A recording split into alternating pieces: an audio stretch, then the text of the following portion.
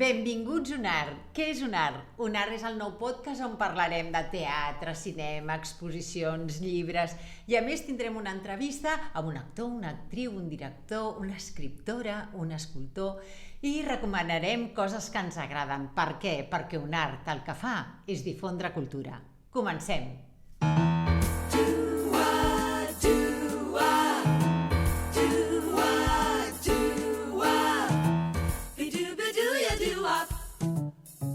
Avui tenim amb nosaltres el Xavi Fernández. Hola, Xavi. Hola. Què tal? Moltes gràcies per estar aquí amb nosaltres. Encantat de ser-hi. Doncs el Xavi Fernández, ell és actor, cantant i actor de doblatge. Ara, en aquests moments, el podrem veure en el teatre musical Maricel, fent de Don Carles, que ara ens explicarà.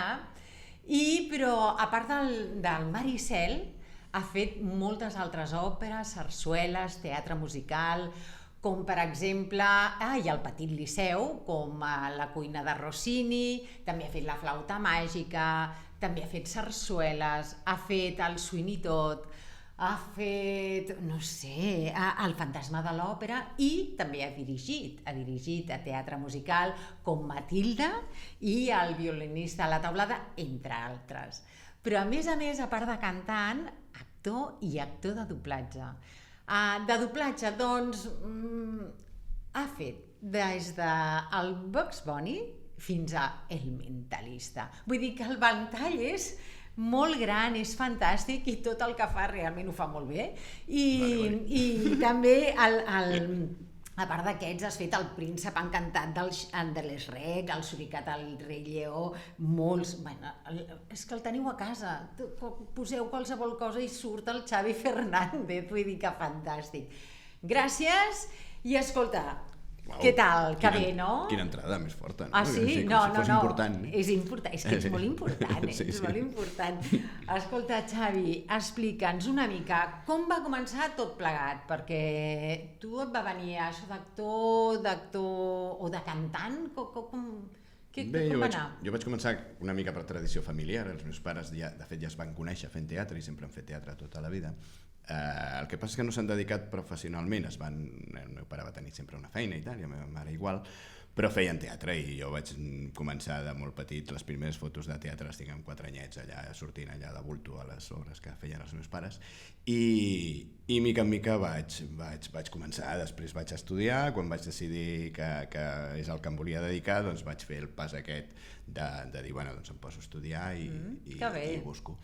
I ja està, i a partir d'aquí em van venir coses. Vaig fer un dia una obra de teatre amb un grup i va venir un amic d'un amic que estava treballant en un estudi de doblatge, estava a producció, i em va dir, vine, que et puc presentar algun director d'allà, perquè sabia que jo m'hi dedicava a això i no feia res més, vull dir, estava fent el que em sortia, qualsevol tipus de feina, des de públic del Filiprim a el que fos, i era aquella època, i llavors em vaig aparèixer en un estudi de doblatge que realment no coneixia cap ni res, i vaig començar, em van fer una prova, em va dir, bueno, pots anar venint i mirar i tal, i el que es diu fer sala, que es deia en aquella època, que ara ja no es pot fer, i com vam començar molts, que t'haig d'explicar, i ja està, vaig començar fent sala i mira, i així va venir tot. I després vaig anar a veure, com que em preguntaves lo del cant, jo no havia fet solfeig i una mica de piano de petit, però ho vaig deixar perquè m'agradava més el bàsquet, que va ser un error, però bueno.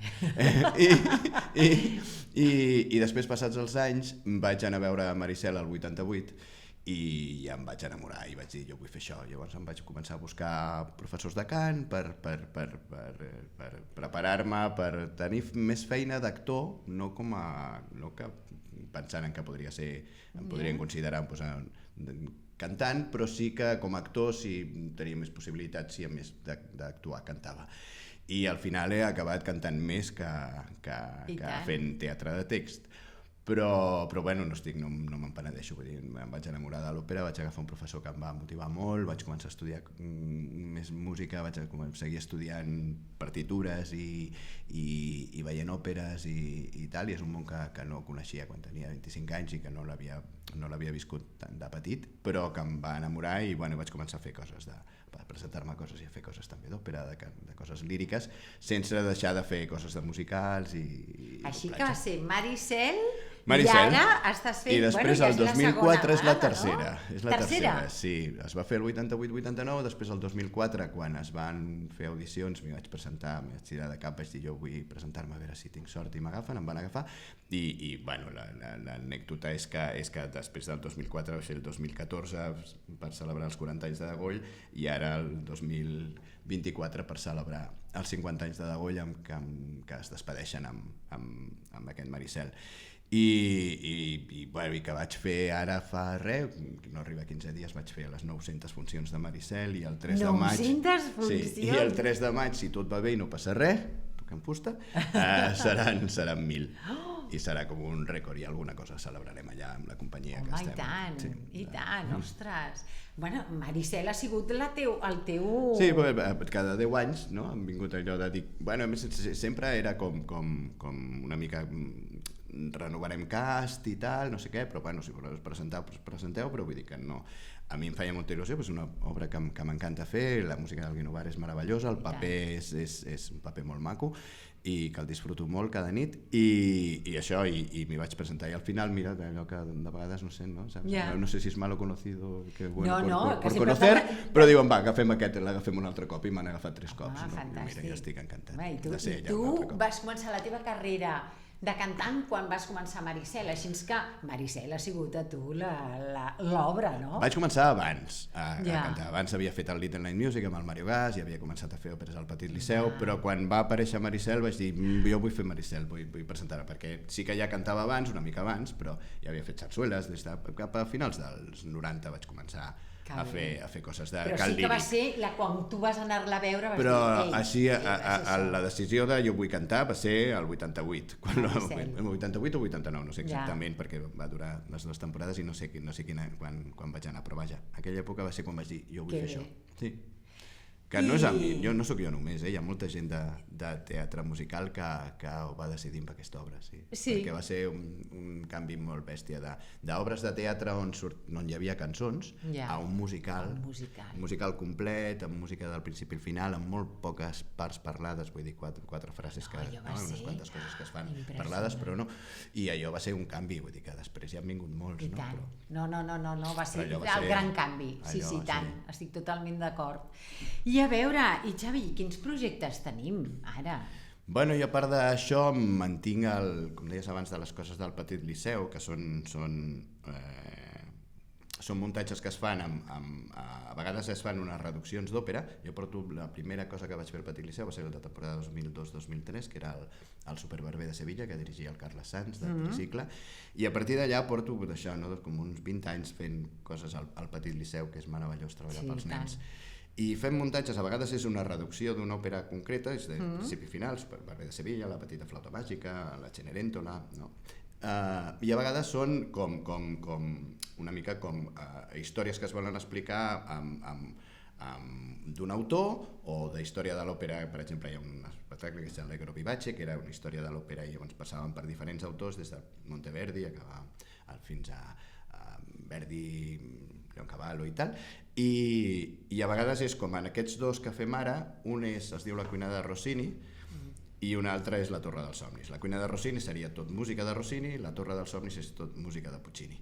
A La cuina de Rossini és una història, una dramaturgia, una història de 2 germans, hi ha un argument, una història, hi ha uns dolents, surt el Rossini, que canta, que s'ha tornat una mica, porta 200 anys dormint, s'ha despertat i diu què heu fet amb les meves òperes, se li barreja tot el cap, no se'n recorda, es juga molt amb aquesta doble vertent d'ell que feia com la recepta dels canelons i tal, no? Els canelons Rossini, i aquesta part de bon vivant i d'home de cuina.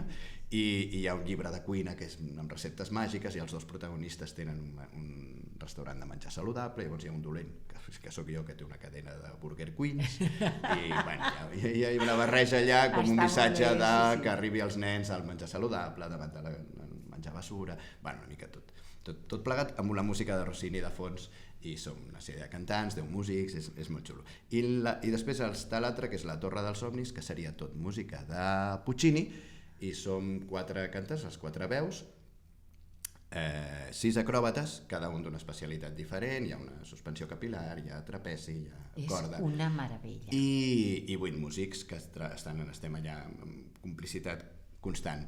I és molt xulo perquè aquí no hi ha un argument, diguéssim, és tot molt oníric, molt poètic, els textos són de l'Alguer, conegut és el cantant de Charango, i són uns textos preciosos, molt macos, que les veus són les veus en off que estan gravades, que són del Lluís Soler i la Sílvia Bel, que serien un personatge central que és com una nàufraga, nàufraga de vida, diguéssim, no estrictament en un mar, però sí de pèrdua de records, d'amistat, de complicitat, de fer impossible el que és impossible amb la solidaritat i amb el treball en grup i tal. És una mica està molt bé, els missatges de l'espectacle, i ens hem fet molt amics tots amb aquesta barreja de disciplines tan diferents.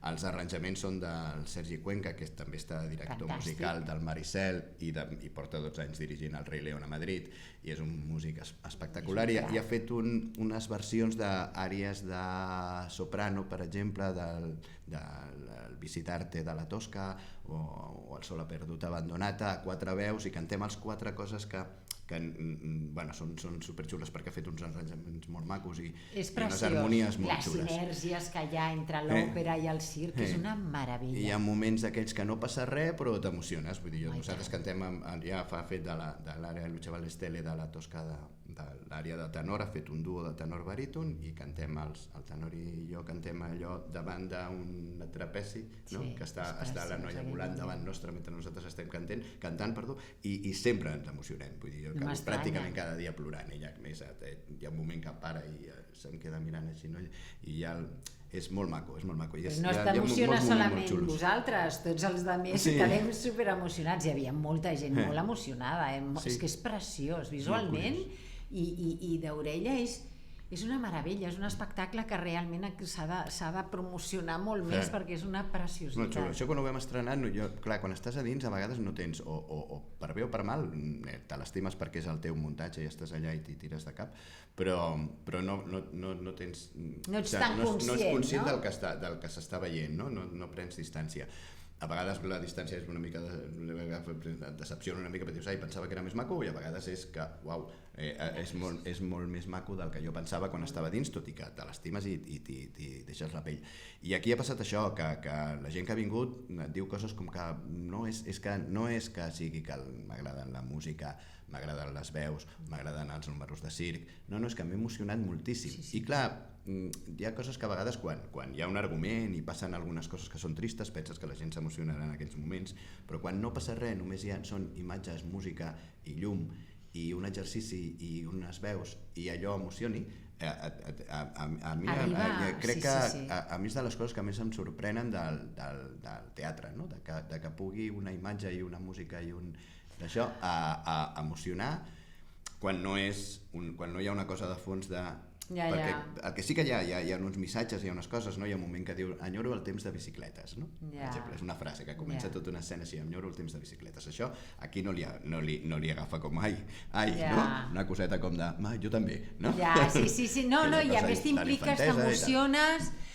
Jo feia temps, t'haig de dir, que feia temps que no veia una cosa tan bonica amb tots els sentits, vull dir, em vaig emocionar moltíssim, jo i tots els altres que anaven, vull dir que hi veies la gent, els nens, les àvies, és que un espectacle familiar, jo crec que és un espectacle que ha de veure tothom. Tothom, sí. He parlat del Sergi, però també voldria parlar de tot el moviment que està a càrrec de l'Ariadna Pella, que és meravellosa, i la direcció global, que és el que està per sobre de tot, dient això sí, això no, que és el Lluís Danés, que és com, jo sempre li dic que és com el Tim Burton català, perquè té un imaginari meravellós i que ha fet de colors, de textures, de llums, tot això que et fica en un món diferent. O només obrir-se el taló i estàs en un lloc que dius, on estic, no? Sí.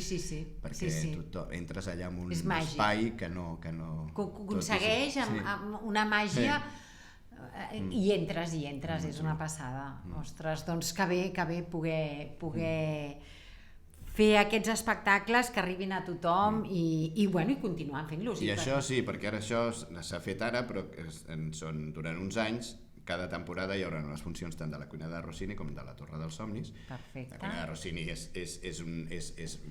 com ja ho porta també el mateix autor, és més divertit, és més simpàtic, no? Diguéssim, és una altra manera de... És diferent. És diferent, però és superxulo, la gent també li agrada molt, és molt dinàmic, i llavors aquí això ho ha dirigit el David Selves, la part escènica, l'Andreu Gallera ha fet els arranjaments musicals i l'Anna Pérez ha fet tot el tema de coreos i moviment escènic, i també, bueno, és que... És fantàstic. Sí, són muntatges que jo crec que s'haurien de fer més, que els hem agafat amb molt de carinyo i s'ha fet molta pinya entre la gent que ho fem i està molt bé. Es nota. Això quan passen aquestes coses és xulo, no? Perquè tu tens ganes d'anar a treballar i no, home, i tant. I això se seguirà fent, ja et dic, uns anyets estarem fins que canviïn i facin un altre petit liceu, però en principi això durarà 2 o 3 anys, 2 o 3 temporades segur que podeu anar a veure-ho. Bueno, fantàstic. Doncs a part del petit liceu, jo des d'aquí crec que hauríem de proclamar que es faci més a altres llocs, perquè realment això s'ha de veure més. S'ha de veure més perquè... Sí, des del mateix liceu estan intentant moure-ho i que surti la Torre dels Somnis en concret, que surti d'allà, i la cuina també, per altra banda, a través de la Brutal, no? del David i tal, també fan intents de que surti, perquè no es quedi allà, perquè està molt bé, és un lloc preciós, vull dir, anar al liceu a veure aquest espectacle és un doble regal, és entrar al liceu, que és meravellós només com a estructura. Però quan inclús es va fer la Torre dels Somnis a la plaça Catalunya, després ja et venen ganes de seguir veient-ho, i realment ha sigut veure la plaça Catalunya i després ara en el Liceu ha sigut amb un altre, hi ha petites coses que es van canviar, però realment és que si t'emociona aquí, que era espai obert, doncs emocionar-te allà dintre ja va ser genial. A la plaça Catalunya tenia l'encant aquell d'actuar sota el cel i de nit, i que sempre té un atractiu especial. Era mitja horeta només, es deia la Torre de Nadal, que li van canviar el títol, hi havia motius nadalencs, fins i tot en el text parlaven de les sabates a l'ampit de la finestra i tal, perquè com les diferents celebracions del Nadal.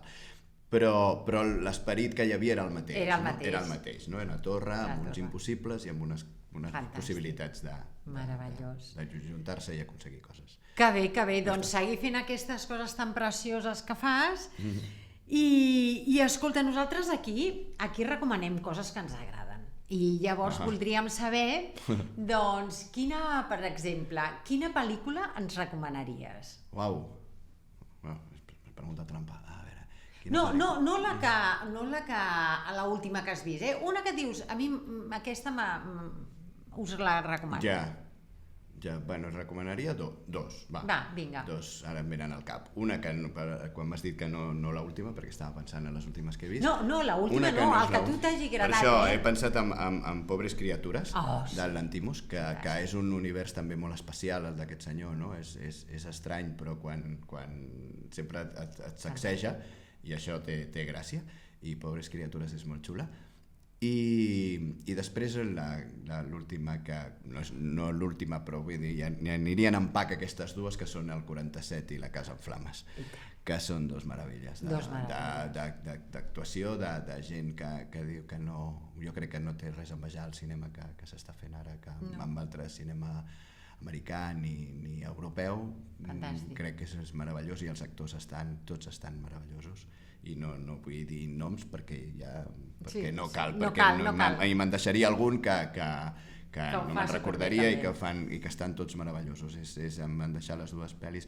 Al 47 hi ha aquesta barreja de documental de Barcelona antiga, amb imatges antigues i barrejades amb les gravades ara per la pel·lícula, que és fantàstic, perquè dius, no, és que està igual, està molt ben recreat tot, i els personatges són molt autèntics, no? I jo també soc d'un barri de Barcelona i també he viscut aquesta cosa de la immigració i tal, no? El meu pare va venir de Granada quan tenia 14 anys i va haver de buscar la vida aquí a Barcelona, no? I jo en reconec moltes actituds i moltes lluites de quan era petit que van tenir al barri per aconseguir que asfaltessin un carrer o per aconseguir que fessin coses al parc, un descampat que no hi havia res, i a mi em va emocionar molt. I La casa en flames hauria de dir que s'ha d'anar a veure per una banda per lo mateix, perquè les actuacions a nivell teatral són meravelloses i perquè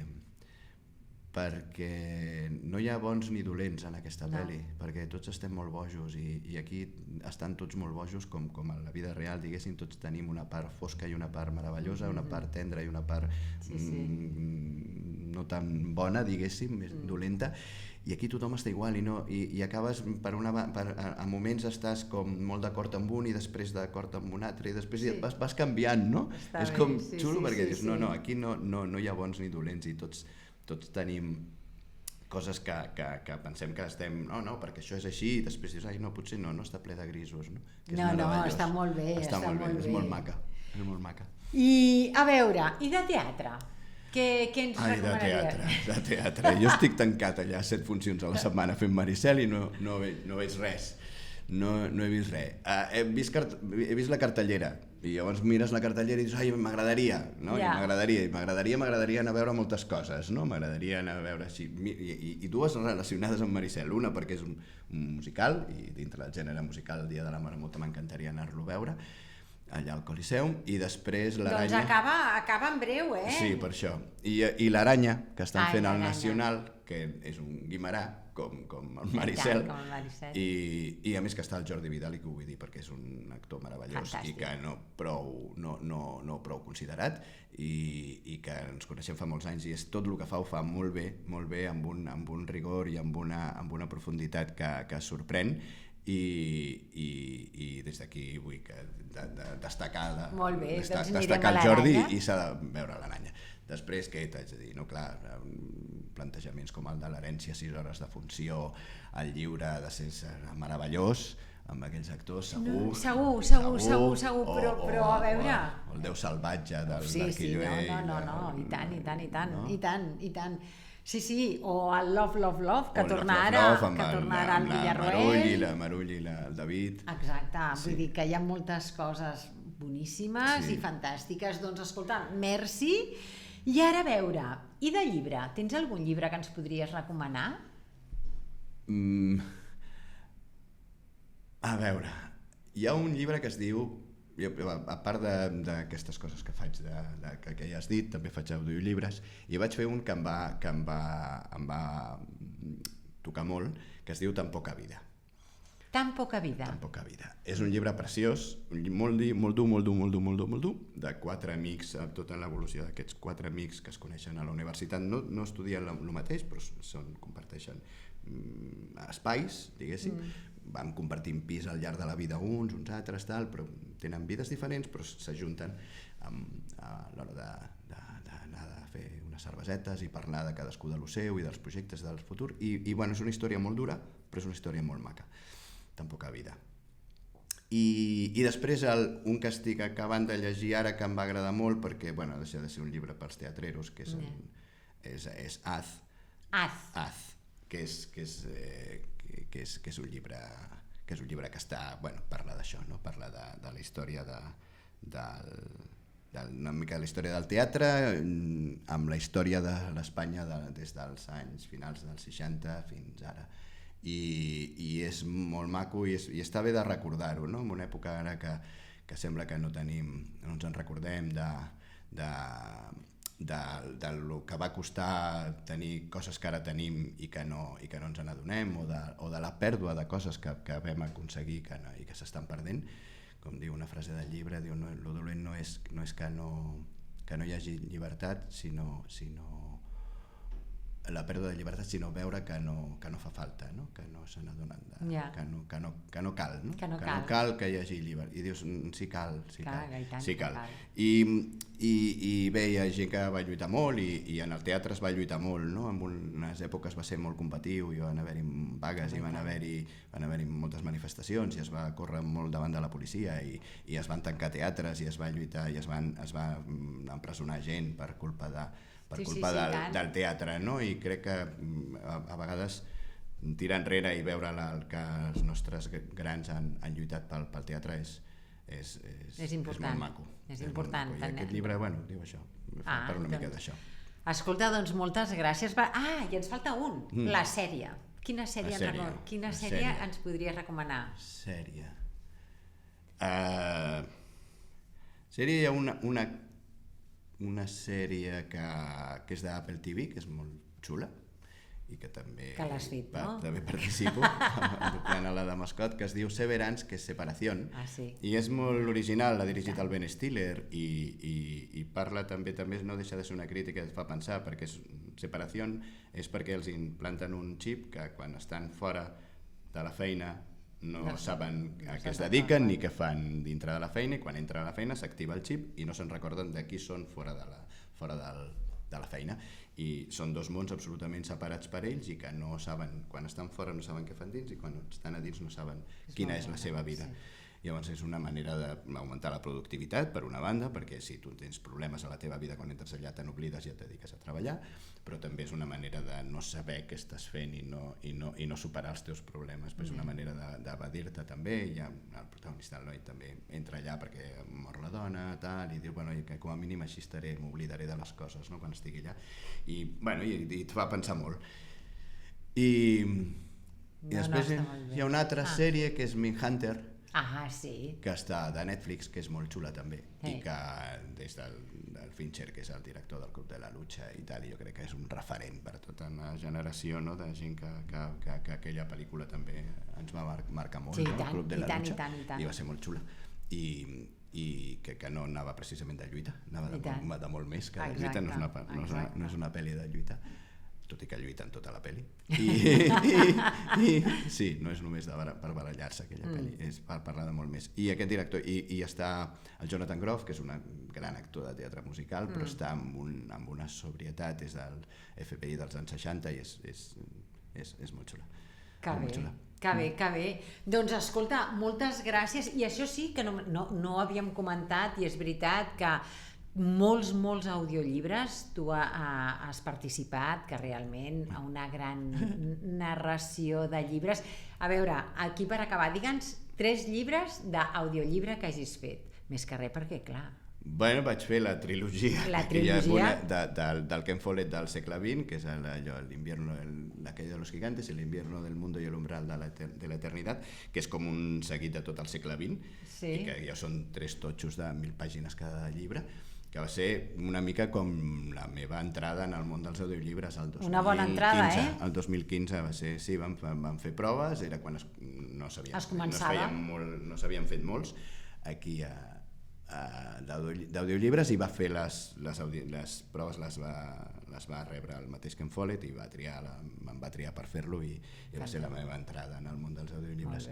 I a partir d'aquí n'he fet molts. Els últims, la saga del Javier Castillo, que també l'he fet amb diverses veus, amb la majoria d'ells, perquè normalment són noi, noia o tal, diverses veus, però sí, també he participat. I després algun llibre llibres infantils, l'Escàndar i los juegos del caos, Escàndar i l'unicornio, que són llibres molt xulos, que són molt macos per adolescents. Són llibres, no són de petits, perquè tenen molta lletra i té molta història, però per aquella edat, adolescents i tal, són llibres fantàstics, però molt xulos, molt entretinguts. Doncs escolta, Xavi Fernández, ens hem deixat una exposició. Perdona. Que no n'hem parlat a l'exposició. M'has dit que em demanaries que perdona, l'exposició. Abans has dit una sèrie tal, i jo anava pensant una sèrie, una obra de teatre, una pel·lícula... Exposició. Quina? La Cubana. La Cubana, anava a dir, com no digui la Cubana... La Cubana. Sí, tant, aquí al Palau Robert, que la tenim, fantàstic. Està. Recorregut per una de les mítiques que van començar també fa quasi 50 anys, com de Goll i tal, que són aquestes companyies que han fet tant pel teatre, van començar... Cubana va començar al carrer. Van començar al carrer i han començat a fer coses i tal, i amb aquest amor i aquestes ganes de jugar, com diuen ells, de jugar, que és el que proposen també a l'exposició, de fer un joc d'entrar i passar-s'ho bé. I sí, també volia recomanar això. Fantàstic. Doncs moltes gràcies. Ara sí, I escolta, sobretot els que voleu continuar veient les nostres recomanacions, veient les nostres entrevistes, doncs ens podeu trobar tant en el YouTube com a l'Insta i ara a Spotify. Així que, fantàstic, que tingueu una bona setmana i sobretot a disfrutar.